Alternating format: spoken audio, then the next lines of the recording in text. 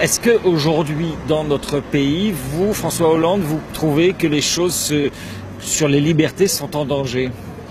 Je crois qu'au nom d'une cause qui est juste, nécessaire, lutter contre le terrorisme, on est en train de faire des amalgames et des confusions.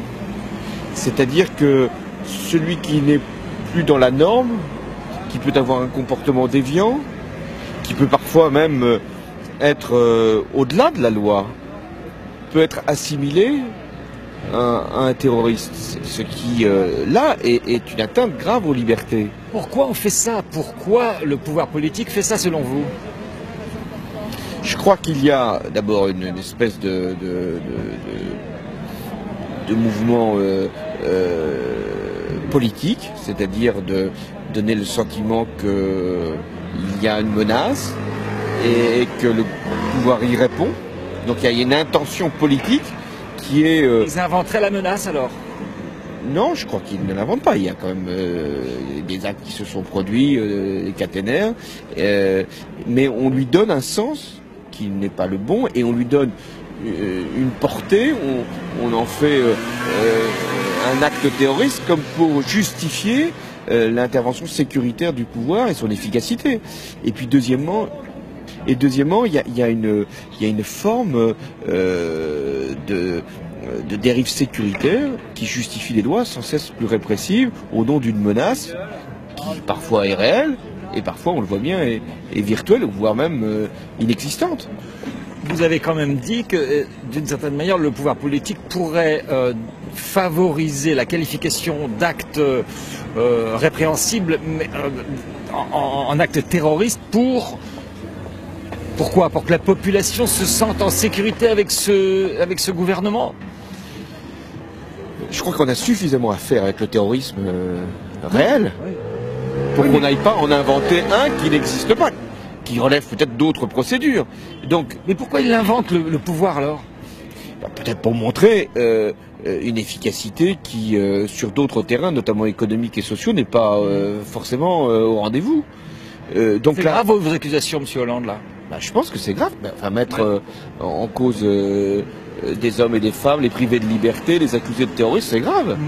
L'erreur, à mon avis, qui a été commise par la ministre de l'Intérieur, a été de théoriser, à partir de je ne sais quel livre, ou je ne sais quel comportement, ou de réseau supposé, de théoriser l'existence d'une gauche ultra-gauche, dont il faudrait absolument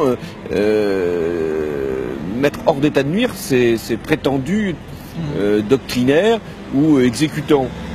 Bon, je crois qu'avant de porter une telle accusation, je ne dis pas qu'il n'y a pas un moment des surveillances à observer. Il y a sûrement des surveillances à observer et même des répressions à exercer quand il y a des mises en cause des matériels ou des biens qui appartiennent à l'État ou qui appartiennent à l'entreprise publique.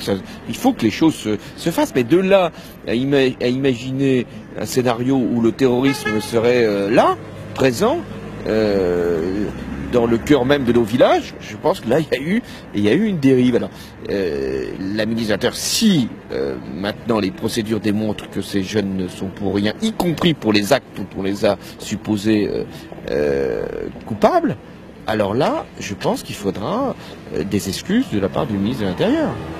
Si maintenant, on lit les livres et on recherche leurs auteurs et on interprète leurs textes, et on va les chercher manu militari, y compris même en Corrèze, pour les mettre sous les verrous, c'est vrai que c'est inquiétant.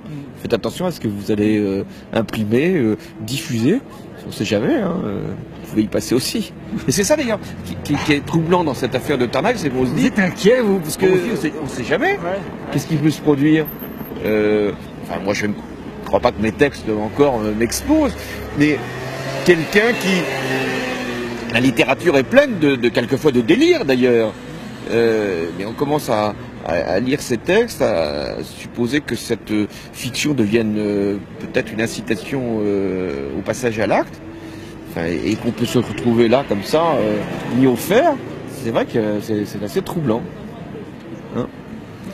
Vous avez l'air en forme, vous êtes souriant et puis vous êtes clair, là, je trouve, ce soir. Je vous remercie, monsieur Hollande. Plus que pour le Parti Socialiste, c'est ce que vous voulez dire. À bientôt. Hein. Salut. Allez, je filme. Au revoir. À bientôt. Alors, la prochaine, oui, on se voit dans votre bureau, comme on avait dit. Hein. Merci. Toi aussi, c'est bien. Très bien. Attends. Très bien.